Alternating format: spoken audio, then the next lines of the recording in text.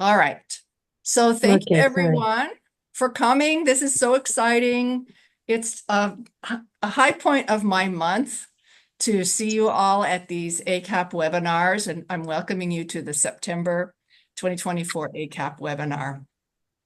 And this month, we're focusing on the depopulation of Japan and strategies to moderate this trend. And please excuse my Zoom, which has some issues. Hopefully the black boxes aren't too distracting. We're going to hear from Cullen Hayashida, who with his students has developed 9 or 10, I can't remember the number of strategies to moderate depopulation of Japan. And then there will be some responses from a Japan perspective from Dr. Masa Higo of Kyushu University, and a Korea perspective from Dr. Sang-Hyop Lee at the University of Hawaii. So it's a very exciting time. We're thanking not only ACAP, but the Barbara Cox Anthony Endowment on Aging, which provides extra support for ACAP. So for those of you who are new, ACAP stands for the Active Aging Consortium Asia Pacific, and our mission is to share friendship and best practices for active aging. We have several benefits, but the one I like is learning from each other. We have a quarterly bulletin, we have a monthly webinar, and we like to participate in conferences when we can. We have more than 1,400 members from around the world, and including Europe, including Africa, including South America, including, of course, Asia and US and Canada, and many parts of Asia. So membership is free, and if you'd like to join, if this is your first time and you'd like to join, please send an email to me and I'll add you to our mailing list. So here are some of our webinar ideas for the year, and now we're down on September, but please note that we have planned webinars for the rest of the year. And in fact, in October, we are going to feature healthy and active aging in Bangladesh, Nepal, and Taiwan. And we have 3 speakers for that. And then in November, we're going to feature active aging and learning in New Zealand. We have 3 speakers for that. That one will be moderated by Brian Finson. And December, we have yet to develop our flyer, but that will be next generation. So our student researchers, the gerontologists that are up and coming. So today we have more than 120 registrants. In fact, I've just got a whole slew of them today, so it might be 130 by now, and from more than 20 countries, Nigeria, Vietnam, Mongolia, and many countries in Asia, France, Slovenia, Mauritius, the UK, Canada. So, it's not just about Asia Pacific, it's about the whole world. The whole world is interested in what we're doing, which I love. Okay, so I am going to now turn it over to Cullen, and I'm sure Cullen will give a nicer introduction of his co-presenters than I've given. I've just the bare bones, but I will introduce Cullen Hayashida. Cullen and I have known each other, I think, for 45 years or something, Cullen, a long, long time. When you were at Kuakini and I was a student, or I was at Queens. And Cullen has always astounded me and much of the Aging Network with his creative ideas. He was always the first one to say, let's try this. Let's try to replicate the PACE program. Let's try to do this, these emergency alarm things. Let's try to do this. Let's try to do this. And I think over the course of his career, he led demonstration projects for maybe 30 different innovative strategies for aging in Hawaii. And he's always positive, even if the funding doesn't go the right way or the state doesn't the state doesn't adopt it immediately. He's just always very positive. So I appreciate that about Cullen. He is one of the founding members also of ACAP and is also associated with the Department of Sociology at the University of Hawaii. So I'm going to stop sharing now and ask Cullen to share his screen and get us started. Okay, thank you. Thank you so much. That was more than I expected as far as an introduction, but wanted to see if we can somehow keep this thing going as quickly as we can. Time is of essence. I have quite a number of slides and information, so I'm going to go at a rather rapid clip. As Catherine had mentioned, there are two other people, Dr. Masa Higo from Kyushu University, who I've known for quite some time, and he's been very much involved with a variety of issues having to do with aging. And then Dr.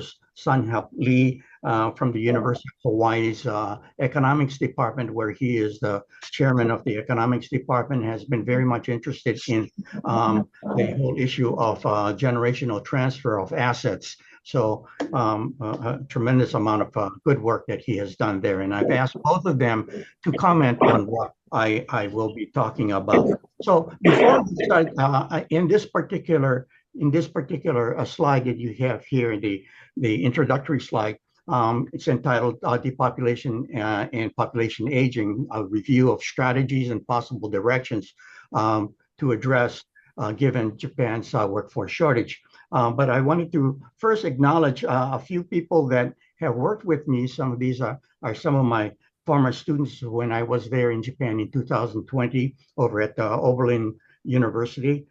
People like Hiro Ueda and Yumi Kamoshida and Naomi Yamamoto, Yuko Nakamura, Francis Nakamura from University of Hawaii, and Garma Gantuya from Mongolia. And of course, last but not least is Dr. Takeo Ogao, who helped me to finalize the paper that will be coming out next year around March, if everything works out right. So anyway, let me get started with this. I wanted to first of all point out that when we look at the world today, the UN had pointed out that there were some major trends, mega trends that we should be very much aware of, and there may be more that could be identified, but these are three major trends that the UN had spoke about. One having to do with terrorism and security. So we've got things like the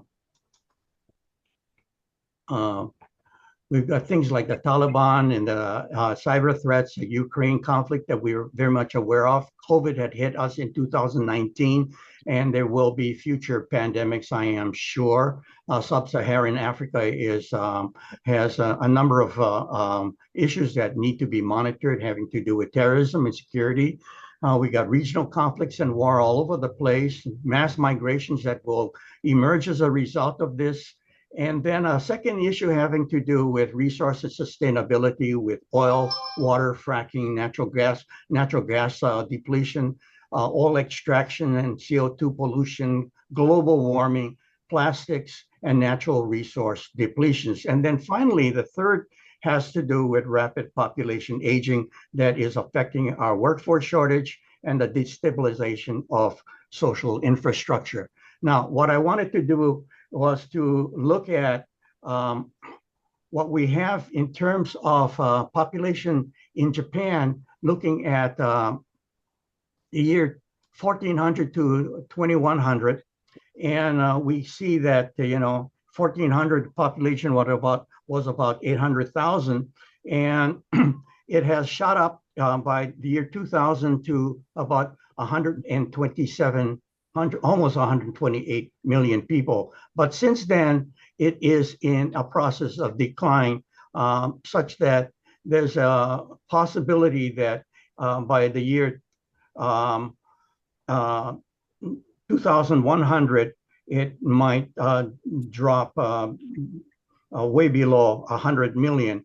And the last governor, no, no, Prime Minister of Japan had hoped that it could stay within that $100 million threshold at the low end.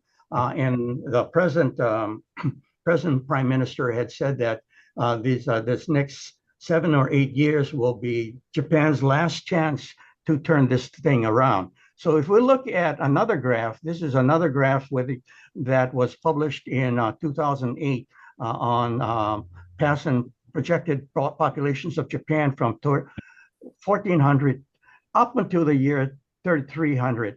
Of course, when we are not around, but the possible projection is that the numbers will continue to decline. So this is a significant problem, and not a problem that just exists in Japan, but in various other parts of the world as well. And this is something that I think about 30 other countries in the world is faced with in terms of decline and the implications of this. So what I wanted to do was to sort of just with this particular table graph, show you some of the major ones that we were looking at in terms of strategies that could maybe moderate or reverse this particular trend. One having to do with technology, foreign workers, increasing birth rates, increasing retirement age, active aging, which is why we have this organization, Active Aging Consortium Asia Pacific, decreasing the emigration of young people out of Japan,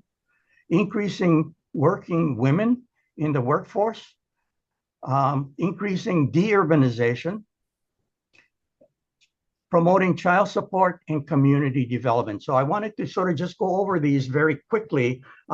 We won't have time to go into great detail, but I wanted to at least give you an overview with regards to some of the things that we think are involved with regards to each of these. So when we look, first of all, at high-tech technology as a solution, we know that technology is something that is increasing in terms of changes and improvements at an accelerating rate, such that it's believed that every 10 years technology is doubling in terms of its capacity and its abilities.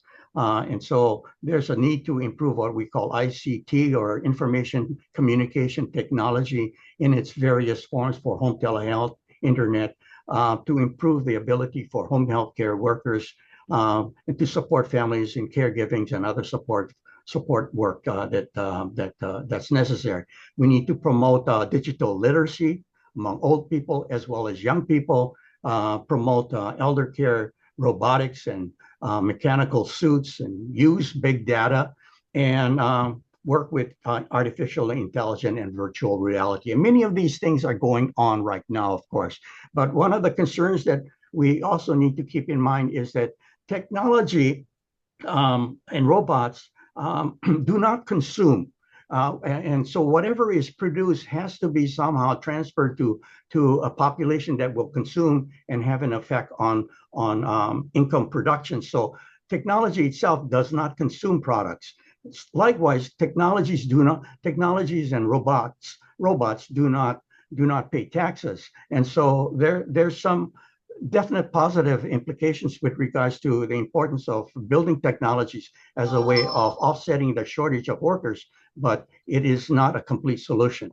A second solution or strategy is to increase foreign workers. But the question is that whether or not they remain as guests or they become immigrants.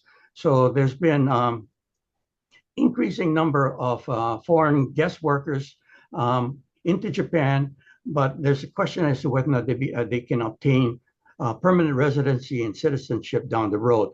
And over time, there is increasing competition from places like Taiwan and Singapore and other countries for these same foreign care workers. So to the extent that there's a lag with regards to any kind of decision with regards to bringing in foreign care workers, the competition becomes even rougher.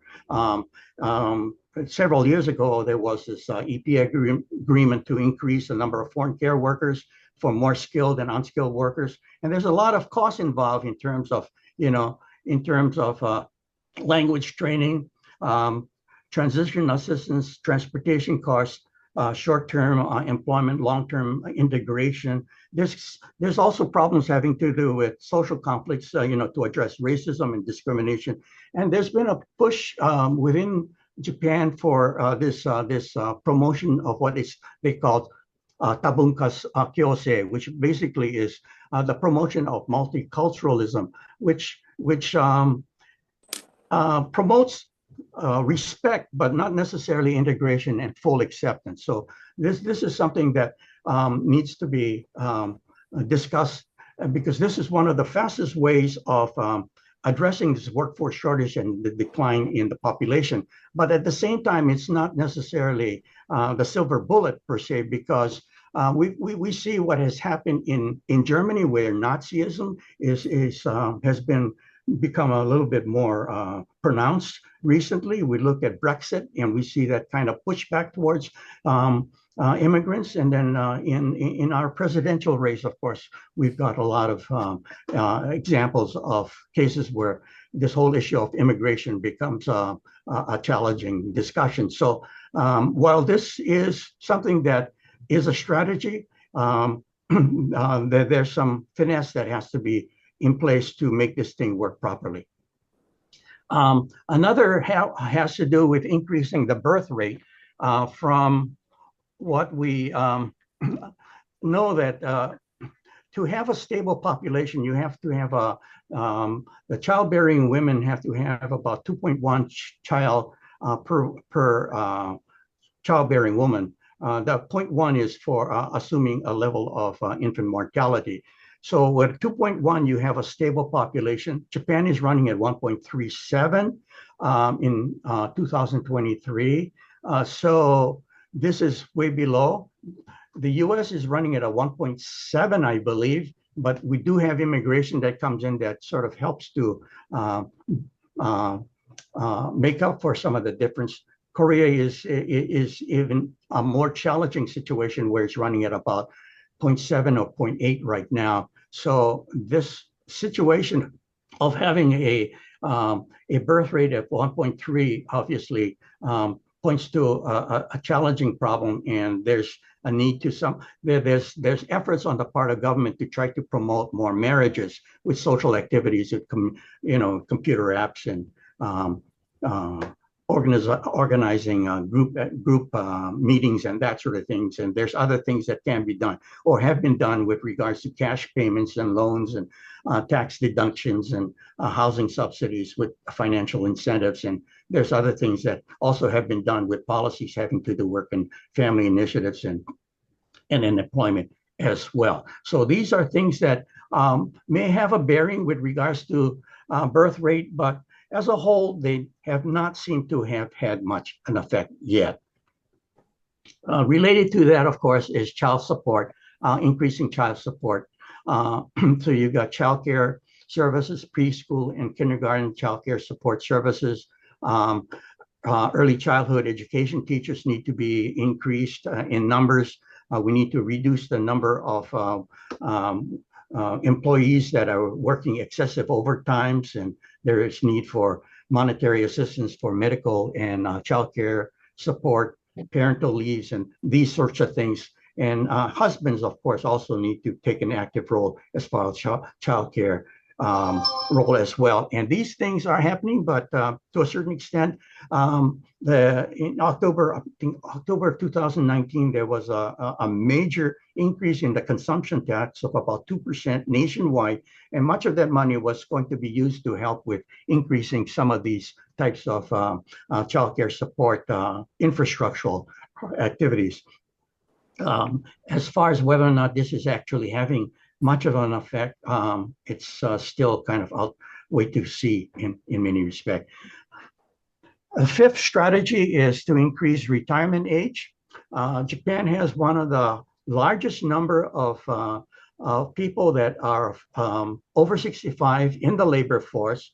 It's like 28.4% of the population over 65 that is part of the labor force. And I think this is probably the highest in the world.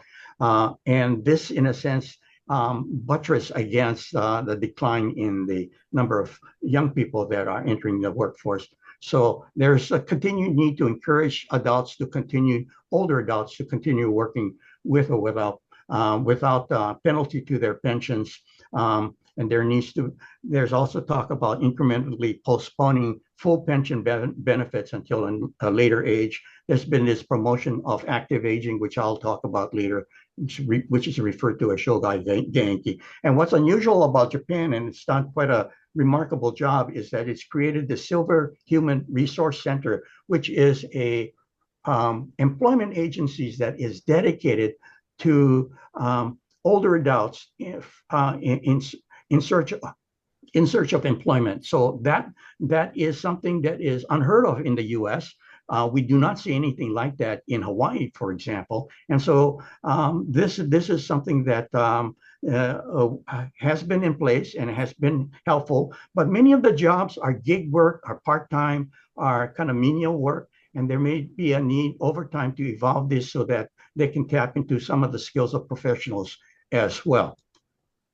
This is just an example of the difference between Japan and other countries in terms of the percentage of the labor force that is over 65. As you can see here, Japan is at 13.6% of the labor force over 65, which is the highest in this particular graph here. Korea is very close behind at 13% and so on. So you can see right now that there's been quite a bit that we see that's done some good work as far as encouraging and maintaining the continued employment of older people in the workforce, that is at least moderating the workforce shortage issue. And another has to do with what we call active aging. If we keep older people physically fit, mentally fit, and encourage them to have a healthy life expectancy, not just life expectancy, but a healthy life expectancy where they can eat, bathe, dress, groom, feed, toilet themselves by themselves until their last breath.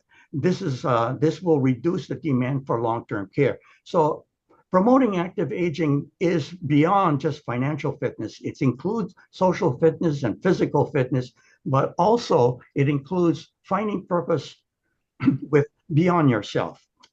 So there's a need to fight ageism that will prevent people from developing this kind of active aging model of perspective, and there's a need to keep building the social infrastructure that will support this type of culture. And earlier,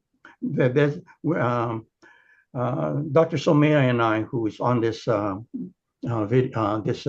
webinar, and I had done some review with regards to what Japan has done in this particular area, and it's remarkable, but much more still can and should be done. Strategy 7 is to decrease the emigration, not immigration, but the emigration of young people out of the country. So what we do see, and this is a little controversial perhaps, but young Japanese oftentimes will come to a foreign country like the US or Australia or Hawaii as an example, and hire a dating service company that will help them in search of a possible marriage partner. And so if the number of young people wishing to emigrate from Japan increases, this will increase the depopulation trend, of course. And so we need to sort of have a better sense with regards to what's going on here. And here, this is a graph that I obtained from 2013 to 2017. So this is slightly dated, but what you see, this is with regards to the number of international migrants that are coming to Hawaii for long stays. And 61% of them are from Asia. And of the 61%, as you can see, most of them are from Japan. So if we take that into consideration, so 19.3% of them are from Japan, and the second largest is from the Philippines. So now, what we also know is that, I found this on the internet. This basically speaks of this website, EM Club, which is basically targeted towards young women who are coming to Hawaii in search of a marriageable partner, for international marriage to possibly an American. And this sort of website, there's several of them are available, and I'm sure that in other countries there may be something like this. Basically, what I'm saying here is that if you take these numbers into account, the rate of depopulation might be even faster. And things need to be done to kind of track this, monitor this, and perhaps look at ways in which this can somehow be addressed. Okay. Strategy number 8, increase a number of women in the labor force. So we can encourage increased participation of women to enter and remain in the workforce with equal pay, remove labor discrimination of women in higher positions, and increase tax to create affordable child support, which we pointed out earlier, and some of which is already being done. Then strategy number 9 has to do with deurbanization and to repopulate rural areas. So we do know that rural areas are becoming depopulated very, very quickly. We need to support, there's a need to support the possible relocation of young families to lower cost rural areas or suburban areas. And Japan has an incredible transportation and internet infrastructure. The question is whether or not that is sufficient to motivate young families to go to rural areas to continue working without necessarily having to be in an urban center and to make a living. And so there's questions having to do with whether or not this will be a way for young families to have more children. And in part, this is kind of an indirect way, in the sense that by going to a rural community or a suburban community, the cost of living is significantly lower because the cost of the houses and probably the environment for the family and for children may be much more conducive for having a larger family. But these are things that need to be monitored. Give you some examples. I just pulled this out from a middle school textbook that was interested in talking about this whole depopulation issue. And they had this one particular graph that pointing out that by the year 2033, 1 in 4 homes will be abandoned, as you see here.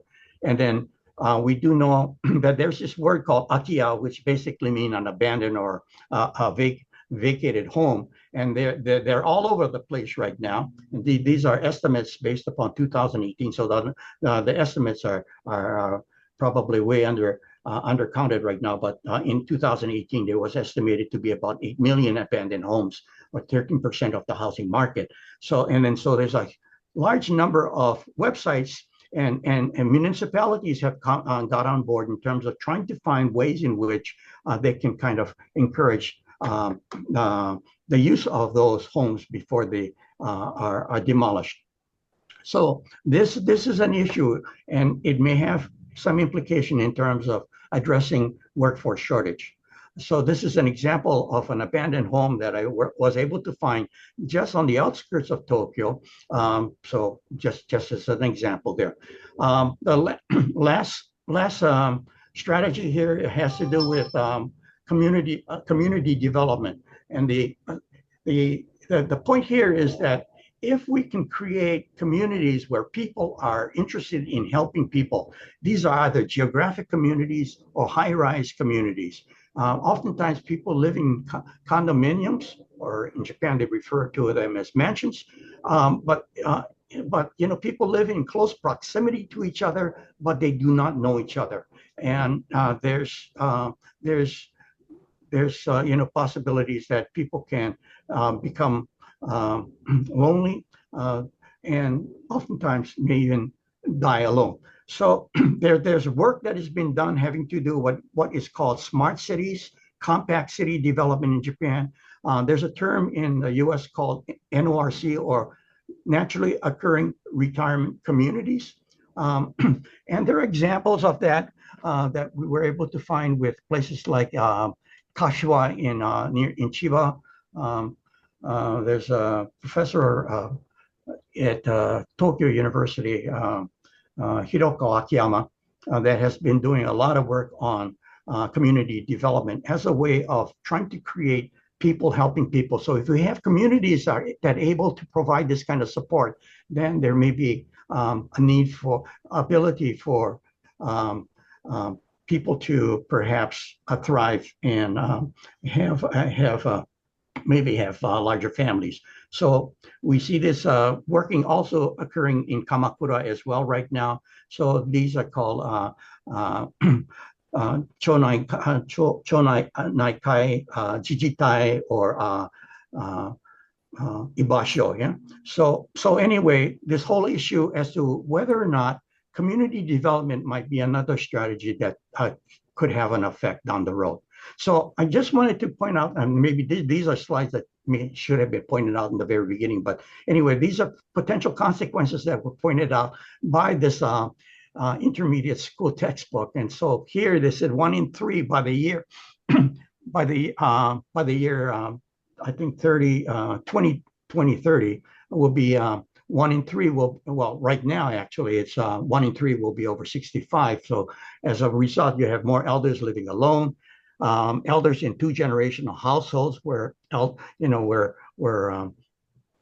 we talk about that as a sandwich generation for working people, working couples. And then we have more people that are in long-term care serving the frail.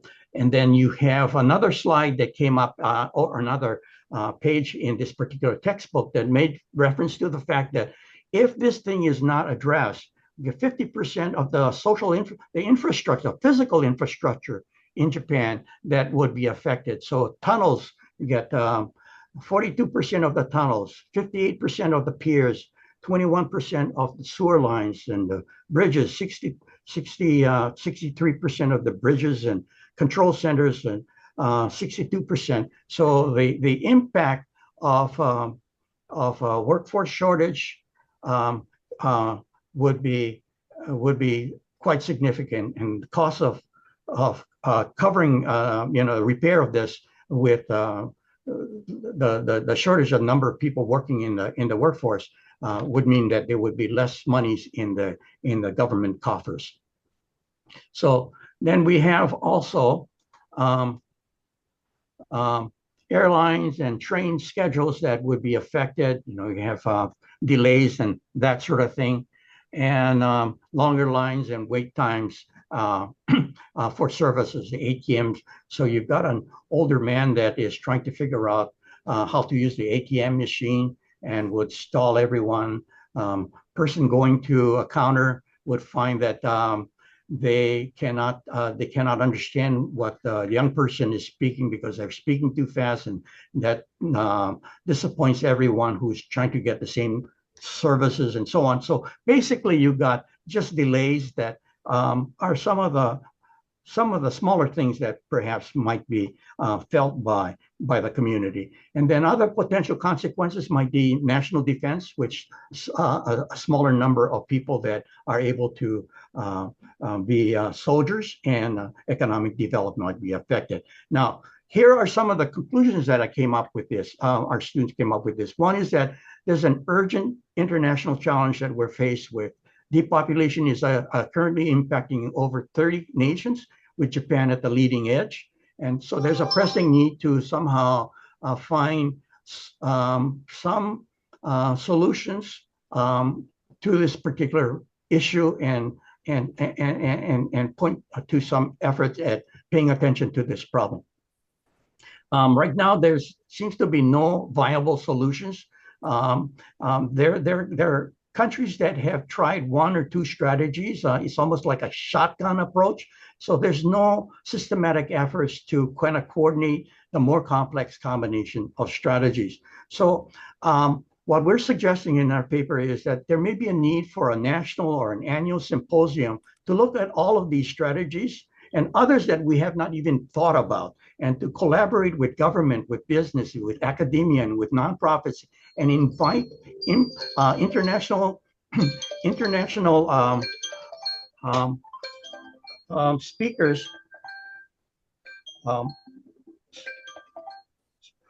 international experts from all over the world that are specialists in each of these respective strategies to begin to help us find solutions. And then we've got to inventory what is happening in terms of what do we know is existing in our countries and elsewhere in the world in terms of initiatives and projects, and so that we know, and what are some of the emerging ones. We've got to begin to systematically identify and inventory them, and then look at the possibility of evaluating the effectiveness of each of these strategies and their interactions with other strategies to determine whether or not there's an implementation potential, or whether or not certain ones perhaps should be left on the sideline, and make some recommendations for which strategies seem to be the most effective. And then from that, possibly create a research and policy center to establish a coordinating research and policy center to monitor, to evaluate, and propose, policy recommendations. So having to do with this, because this is, as I said, not just a Japan problem, it's an international issue. So with that, I close, and I will point to Dr. Masateru Higo to start off with his comments and reactions. Thank you. Okay, so you know how to unshare. Perfect. That's ending the slideshow. There should be a place to stop sharing. Sure. Okay. Okay. Okay, lovely. Okay, Masa. Masa, you're up. Okay. Can you hear me well? Yes. Audio, visual, both. Everything's good. Okay. Well, first of all, thank you very much for Karen, Catherine, and everybody for this opportunity for me to be here and to comment on Karen's work. And I just want to say many and big congratulations on your successful presentation on this really ambitious and very comprehensive research work, research project on Japan's depopulation trend and potential solutions, and your hard work and dedication as well as expertise are quite evident in this really ambitious, great piece of work. So my commentary is based on the Japanese perspective, so to speak, and because that's the area of my expertise. And my commentary will be divided into two parts. The first one, the strategies that I think should be emphasized. The second part is potential strategies that Karen and your student might want to consider integrating into your future analysis on the same topic. Okay, let me move on to the next slide. Oh. All right, this is the second, page 2. Okay, so Karen, you've overviewed, discussed a total of 11 strategies that you think might help moderate the impact of Japan's demographic crisis. And some of the strategies are closely related to one another and overlap others, and might potentially create adverse effects on some others if fully, pursued, at least in theory. But I still believe that every single one of the strategies you discussed has its own important point, deserving further analysis of just how and in what ways it might play out to contribute to easing the impact of the demographic change. And of the 11 strategies, I would particularly like to highlight, emphasize these three that you can see here on the screen: introducing more foreign workers, immigrant workers, raising retirement age, and supporting more women to participate in and remain in the labor force. These 3 points are quite important from my perspective because if effectively implemented, these strategies will create more direct, swifter, and quicker contributions to than the other factors to sustaining the country's aging and shrinking workforce. Very quick solution, potential solution for aging workforce of Japan. And national government has long been working on these issues as its top policy objectives over the past decades, or at least 3 decades.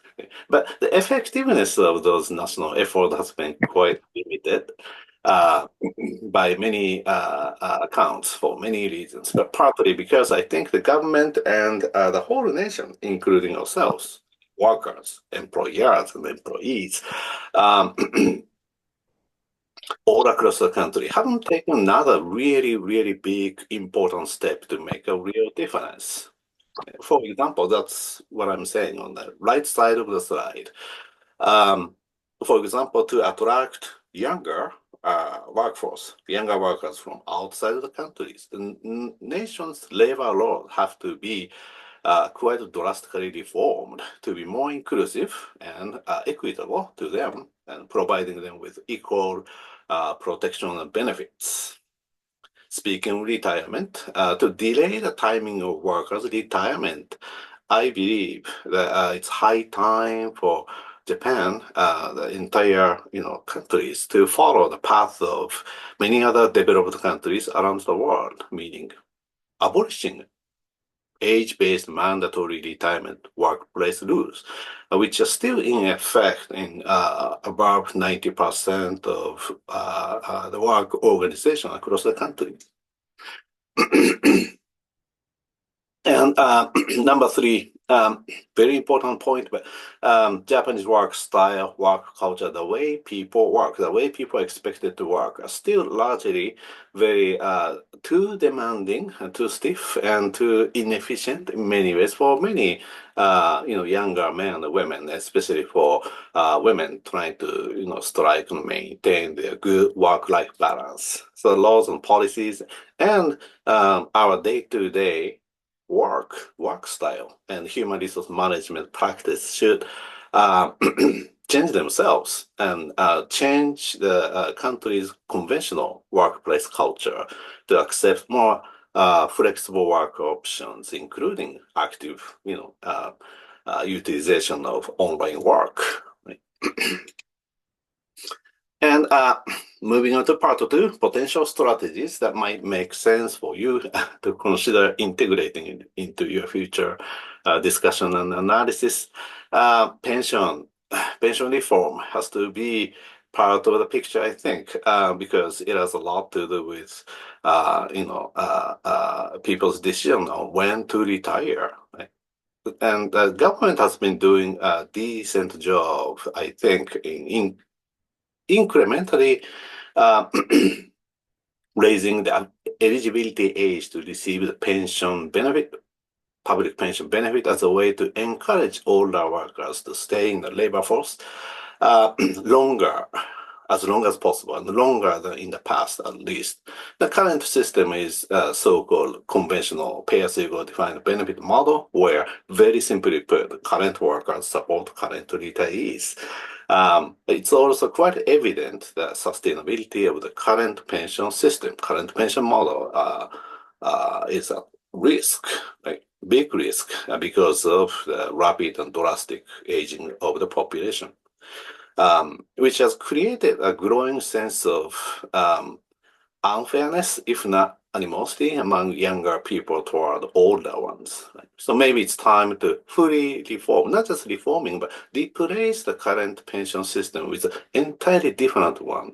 For example, like notional defined contribution model, so-called NDC, as like the one in Sweden, for example, where workers' pension benefits are determined largely by how many years they have contributed the premiums to the systems, regardless of the age demographics of the population.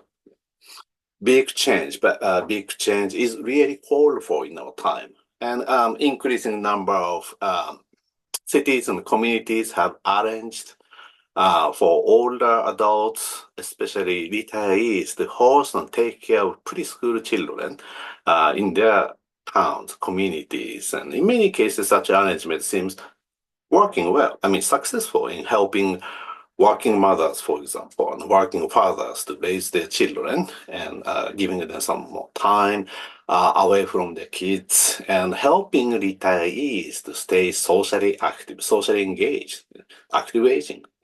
So these emerging initiatives should be developed into a more national program to generate similar effect nationwide. The last, not necessarily the really final one, but the third one is education. And education is always key to raising the next generations to be more health conscious, and such effort may help increase healthy life expectancies, and thereby mitigating the public burden of health nationwide from a long-term perspective. And we should always remind ourselves of the great potential education has to save us in the age of rapid and fast population aging and depopulation. Right? This is pretty much it, and thank you for listening, and good luck on your continuous work on this topic, Karen. That's it from me.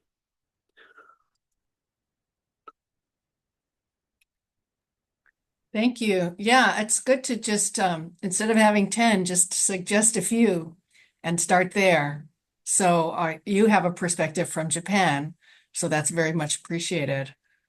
Cullen, your next speaker.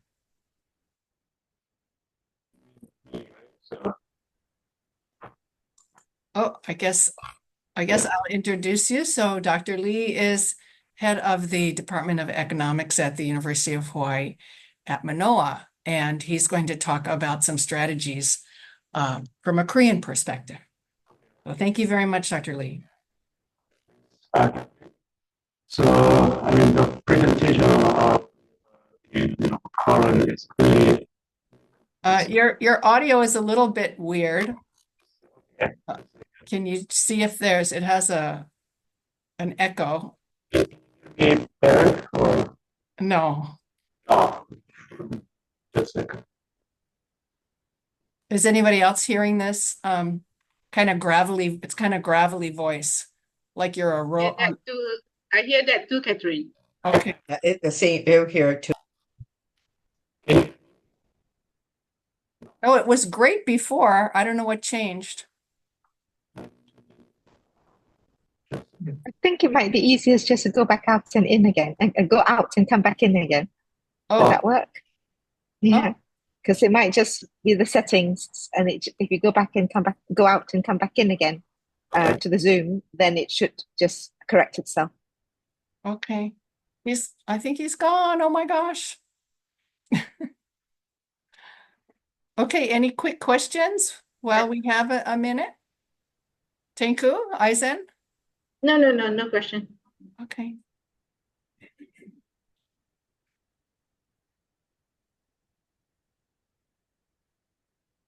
Okay, Matt, a question from you? Okay, can you hear me? Yes, there you are. Perfect. Okay, sorry about that. Okay, let me show my screen. All right, so my actually comment is mostly based on my project. I mean, I don't see your screen though. Okay, sorry about that. Okay, so There here we you go. There we go. Perfect. Okay, so the comments are based on the paper. Actually, it's like an Asian Development Bank project. So I had a opportunity to work with the Asian Development Bank and many others. So aging well in Asia. So in this paper, actually, I compared Korea with Japan and many other Asian countries. So compare the key indicators, compare among countries and older people with the younger people, or compare the over time. So through this presentation, I will add some implications to Hayashida's paper. So the one is poverty rate is a very important measure of like especially for older people, as it's a particular risk for older people. This is called the relative poverty. And you can see the horizontal line is the total population and vertical line is 65 and older. And the dotted line is predicted. So Japan is actually their relative risk, relative poverty is similar for total population and older people. Korea is an exception. So Korea's older people has the highest this poverty rate among OECD countries, and Japan's older people have similar. Next slide. So pension system also is a very important, can play a very important role in reducing poverty and inequality, right? So replacement rate is similar. So how much, the like 40% in Korea, 30%, actually 30%. But the coverage is much higher in Japan compared with Korea. So Korea's, not everybody, elderly is actually covered by pension benefit. So this is actually suicide rate of 70 plus in 2019. So again, the horizontal line is the total population and the vertical line is 70. So Korea is the highest suicide rate in not just in Asia, but also among the OECD countries. So especially older people's suicide rates is a big issue in Korea. Actually, probably one of the big issues in Korea. So compared with the population, actually it's very high, but also in general, the suicide rate of total population is very high. Next slide. So there is a wide variation across nations over time, but if you compare like 1990 versus 2019, so the horizontal line is 1990, vertical line is 2019. So you can see actually what happened for the last 30 years, right? So what happened is that Japan is succeeded in reducing suicide rate. So Japan, Singapore, China, and Sri Lanka are the exemplary cases. They succeeded. Actually, in Asia and also in the world, the two countries have failed in reducing the suicide rate for older people, which is Armenia and Korea. Wow. So if you look at the all ages, I mean, it's a similar picture, but Korea and Armenia are the actually two kind of exceptions, which failed in reducing suicide rate. Next one. So Dr. Hayashida said actually the labor force participation of older people, 65 and older, are similar in Korea and Japan. But if you look at just the male, this orange line is a male, Korea's male, and this green line is Japanese male. So you can see actually Korea male's labor force participation rate is very, very high, right? So it's the highest among OECD countries. But it started to actually increase beginning 1990, but also in Japan, it started to increase in 2005. So in other words, the labor force participation of older women in Korea is much lower, right? Because male is much higher in Korea. So that's actually very different thing. I mean, that's in stark contrast with each other. So this is a complicated, but Japan is very high. So this is like a earnings per capita earnings profile. So the bottom line is that labor income of older Korean is much lower than that of Japan, even though labor force participation is similar. Why? Because working is a very important activity, but in Korea, people don't stay until age 65 or even 60 in companies. Samsung and Hyundai don't have older people. So they have to leave so it's not like a retirement age. The labor market issues, they don't stay. The companies don't let them stay there. So they just kick them out. So they actually are more likely to become self-employed. So this is a really big issue in Korea. So it's not just working longer. It's more related with actually increasing, the productivity and also let them stay in the labor market, right? So now, this shows the per capita government spending. So for Korea, 6 years. So it increases quite a bit. This is Japan for like 25 years. So this is 84, 89, 89, 94, and this is 99, the long-term healthcare, and 2009. So, but if we look at the level is a ratio of average labor income of 30 to 49. So the bottom line is that the cost of long-term healthcare is much higher in Japan. So Korea has a much low fertility and is aging so rapidly, probably number one in the world. But Korea is still bearing the cost because their healthcare cost is much lower. So, the problem is, every countries do not increase taxes as much as increasing expenditure. So this is tax profiles so this is like including direct, indirect tax profiles. So this is Japan. So if you want to make a fiscal balance, you should have a look like this, but they don't. Why? Because increasing taxes is so difficult. It's a political society, right? So this is a conclusion is that Japan and Korea are part of many success stories in economics textbook. And both nations are aging rapidly too. I think it's a human victory, actually. Aging is a good thing. So, however, the implication is different. The active aging helps the two nations reduce the healthcare cost and make older people more productive. So it's important. However, it benefits Japan more in terms of this. I mean, active aging helps Japan more in terms of healthcare, reducing healthcare cost and fiscal sustainability.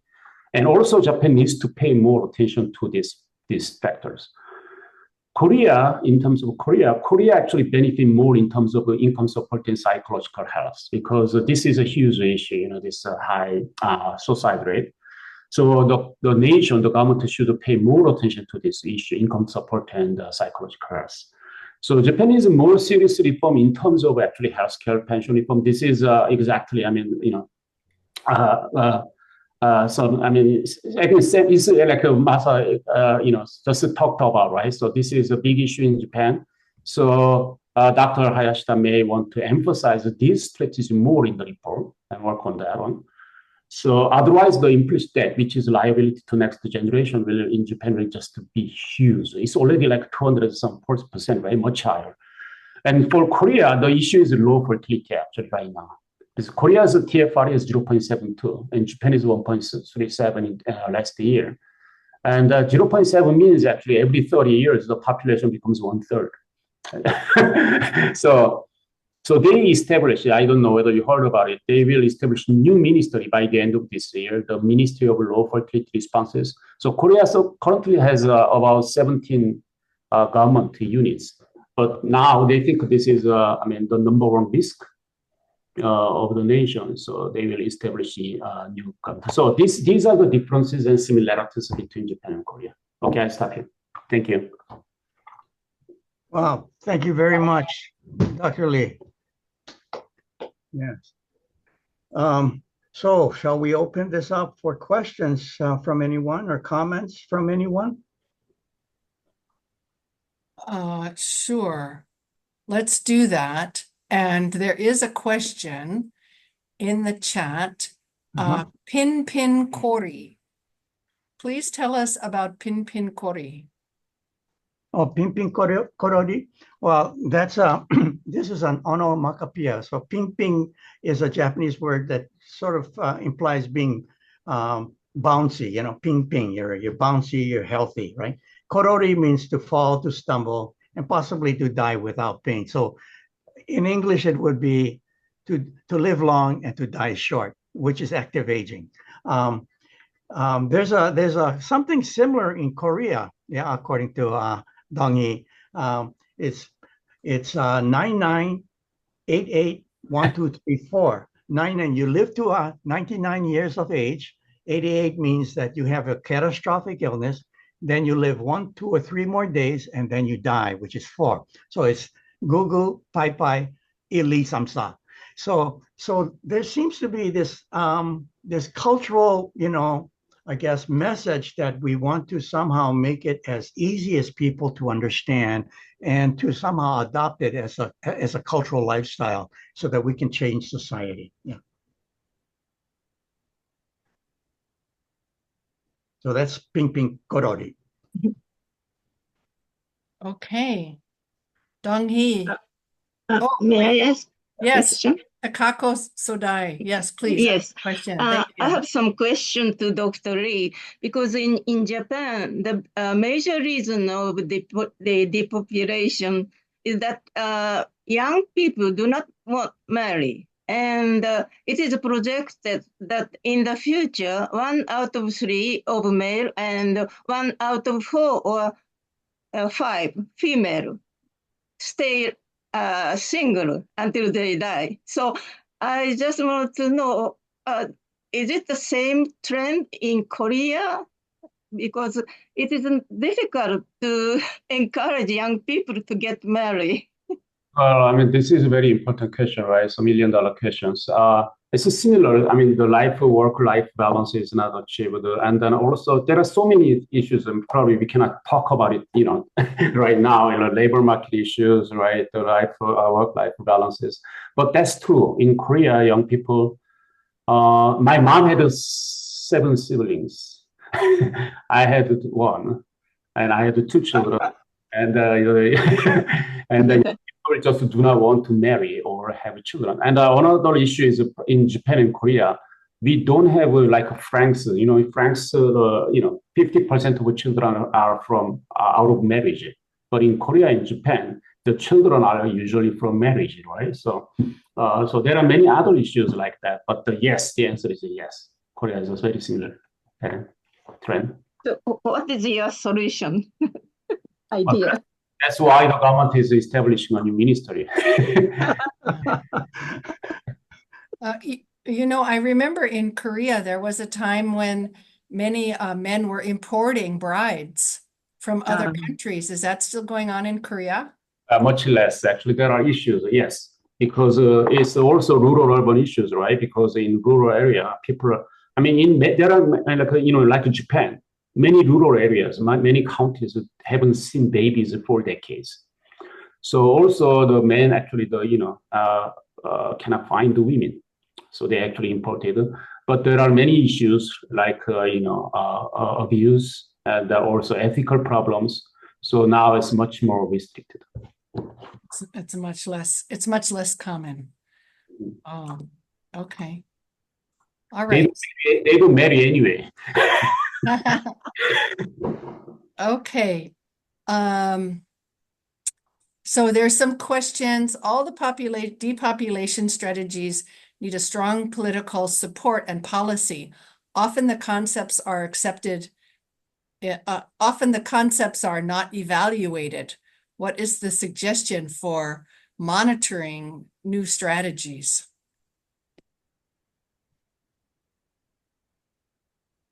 I think that would take your ministry, right? You'd have to have a ministry that's really trying the strategies and then monitoring them, yeah? Yeah, and see, this is where, they're thought leaders and experts that have worked on specific strategies in various parts of the world. There's some people, for example, in Australia that have looked at increasing birth rates and the different policies that they've applied over in Australia, and they have some data with regards to that. And I think that there's a need to kind of convene the best minds, and see whether or not we can come up with some better strategies as a result. Because right now, it seems like it's a kind of an ad hoc process of trying to figure out how to proceed. Yeah, but eventually with implementation, there has to be, it has to be at a national level, right? And then there has to be strategies. There has to be a planning unit, an evaluation unit, there has to be all of that put into place, right? Right, yeah. Okay, we have Ik-Ki Kim raising his hand. Okay. Hello, how are you? I am the director of the World Asian Research Center in Korea. All right. And then I would like to suggest one new strategy. Maybe it has never been carried out in other countries. As you know, the population aging is a very serious problem all over the country, especially in East Asian countries. And because of the more proportion of older people, there are a lot of expenses, medical expenses, and a lot of problems. So I would like to suggest one possibility is forest healing. I don't know whether you have heard about this. Maybe it's a new concept, forest healing, forest therapy, or forest healing, which may be somewhat related to care farming. It's kind of a natural therapy. And then it takes a time to concretely explain it, but I think just as briefly suggest that because of a lot of forest, not only forest in the mountain, but also some forest in the city. And so we can use that as a forest healing for in order to solve the problem in a sense. So in a period of super aged society, the traditional welfare is not sufficient to carry out all the problems. So I would like to suggest, and then next month in Korea, I organized the international conference, which is the title of the conference is in the super aged society, the challenge and task is well aging and forest healing. That's what I would like to emphasize. Thank you. Well, I'm all for forest healing. I love forests. And in fact, in December, we hope to hear from one of our ACAP members who's looking at urban green spaces and increasing the forests within the cities. Yeah, we think that's important for many reasons.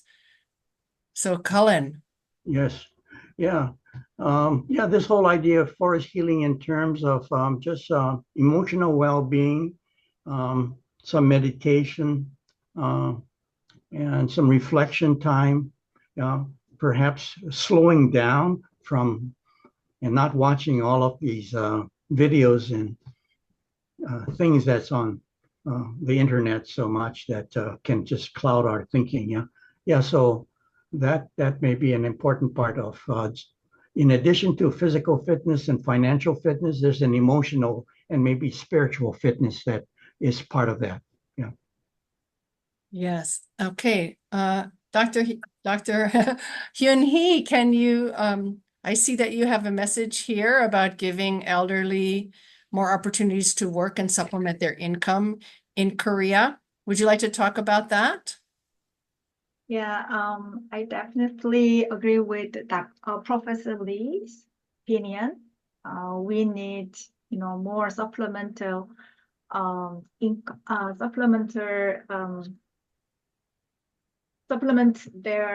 older others' income, because the relative poverty of elderly people in Korea is very high. So I think it is important to give more, elderly more opportunity to work to increase their income level. But also, I think pension policy is still important in South Korea, because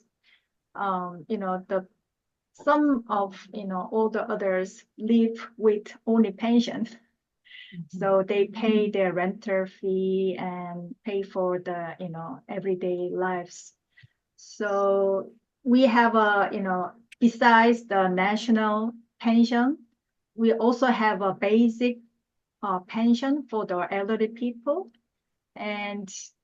But when we want to increase the size, increase the premium of the pension, we always have some social issues among, between generation.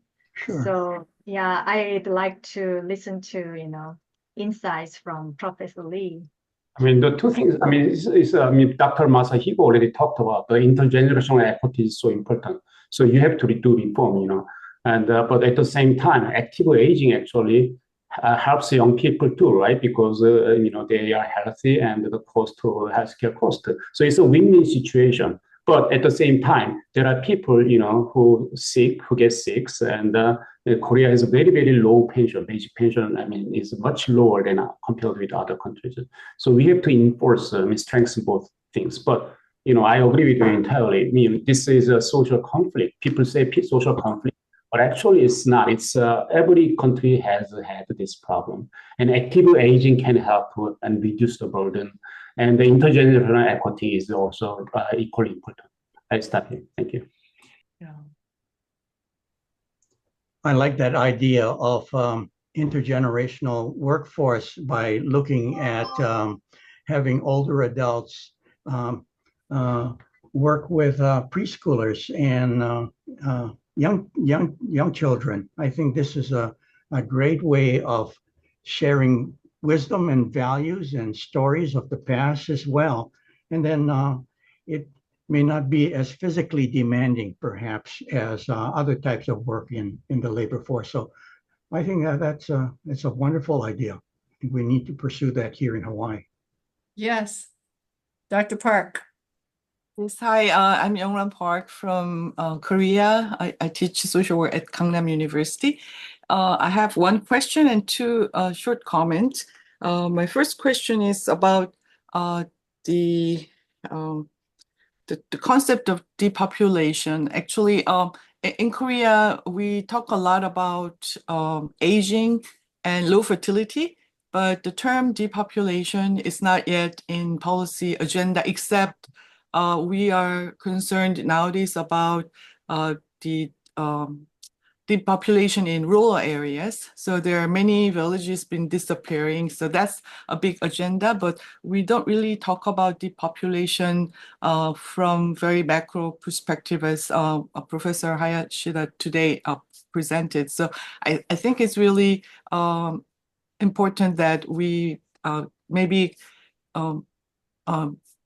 distribute more about this agenda of depopulation from bigger picture. And so when we talked about the working age, the percentage of people working over the age of 65, and in the first part of your presentation, you showed that Koreans and Japanese older people are still in the workforce. I'm wondering whether that includes people who are in agricultural sectors, or is it like only in employment, full-time employment or something like this. So I wanted to clarify whether what's the basic what's the statistics on that aspect.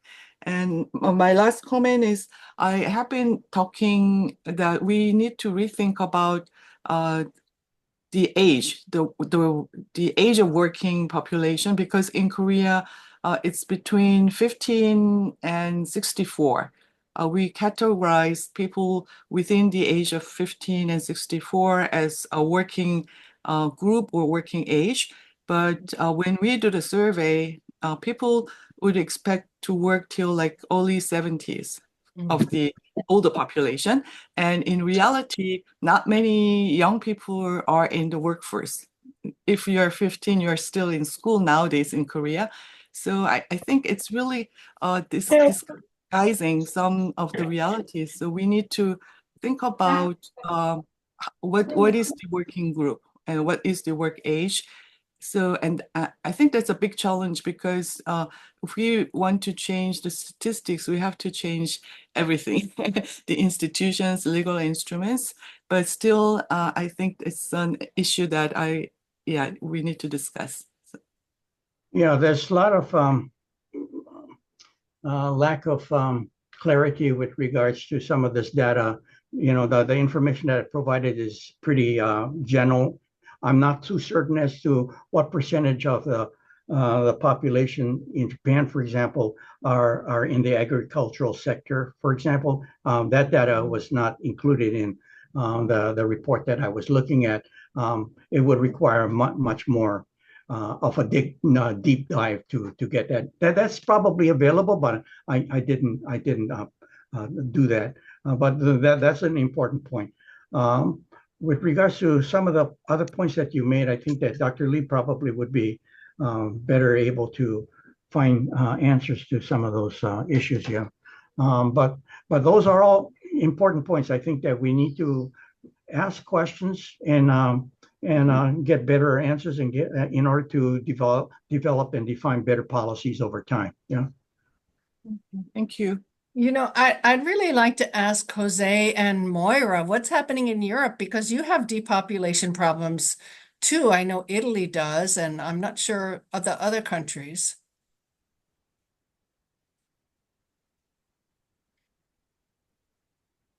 Catherine, this is Moira from France, where I live. We don't have any depopulation problem in France at all. In fact, we've got one of the highest birth rates in Europe, but that birth rate is from immigrants, basically. And not only, but I mean, that boosts the overall birth rate. So we're not in France having that difficulty. What about in Slovenia, Jose? We are in the same boat. Okay. very many similar issues and questions. And as it was mentioned, what a pity that people do not communicate more about what's going on in various parts of the world and how we can learn from the others. Regarding the population, yes, rural areas are close to what was mentioned without children. People are moving to cities. Cities are more expensive, more complicated, more complex. And this is a problem that we face. Mhm. And finally, just to say, I have learned so much about what you're doing. And I'm very much encouraged to share with the others so that we can learn from countries which are in a certain way more affected, more high rate of older people, but also more experienced. We would like to learn from them. Thank you. Yeah, thank you so much. So, Just a thought, Catherine, we're talking about depopulation of Japan, but if you look at the world projections for general population, we're depopulating everywhere. And I think one of the slides that really impressed me the most was the one about the impacts on tunnels and infrastructure and things like that. So I think it's pretty scary. Yes. We've been growing, and now we're degrowing, if you can use that word. We now, and that is going to be a world trend. It's not Japan's leading the dance, but it's not only going to be Japan. yeah. One person had once told me, depopulation is not such a bad thing considering the fact that we've got all this climate change that's happening. And, there's a point there, but I think that what's happening is that we have a depopulation that's occurring in such a way where the population is imbalanced, right? It's an overabundance of people that are dependent and then a shrinking of the number of people that are basically depopulation in productive. Japan. Yeah. Yeah. So that's Okay, it. Matt, with intergenerational work, do you have a solution that will save us? Well, coincidentally, I've been struggling with this kind of issue as well. The question, what can an intergenerational lens do with this? So I love this conversation.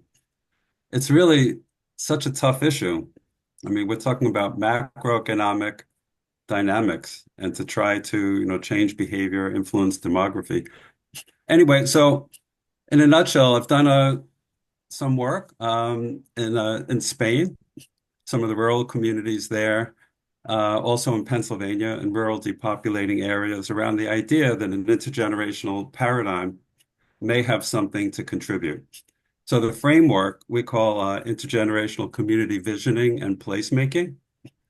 So we would bring mixed age groups together from young, all generations, including also older adults, talk about their communities, how they live, quality of life issues, and also raise depopulation issues trends that they're dealing with. They don't call it depopulation. They call it like my coffee shop closed, or my friends are leaving, or the senior center closed, or we don't have health care.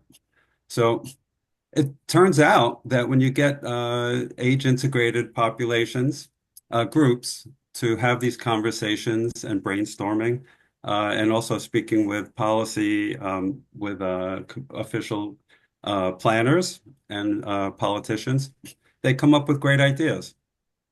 So, for instance, schools that are like empty seats. So shared sites. There's also a senior center in town, a rural area that doesn't have enough people in it. So how do you could have a senior center and a school in the same building, and there are synergies in terms of programming and so forth. You also have a lot of, if we look at reducing out migration, you talk about quality of life.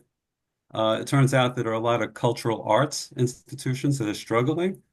There's some amazing natural resources and so forth. So people would come up with ideas. Let's say a teenager using technology to get more people to come to the community arts festival. So building up tourism and so forth.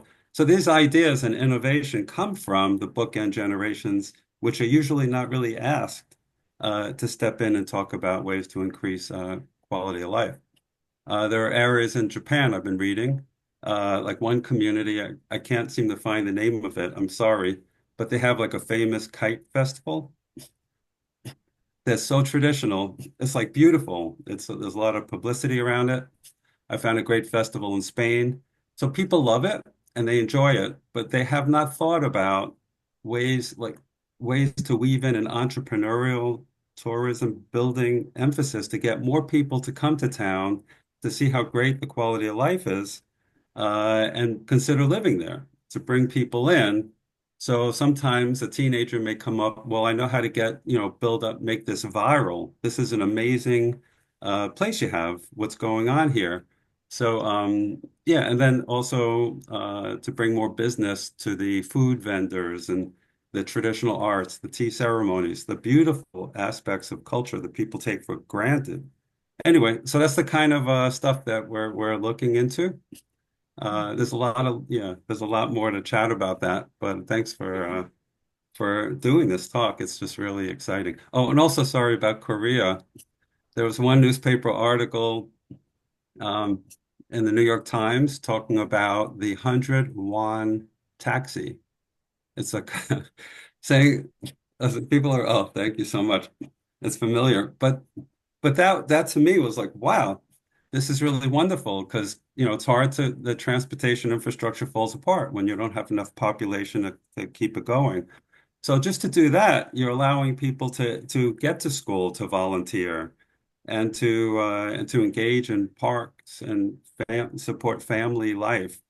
Yeah, and how do you revise parks where whole families can go there, make it more livable?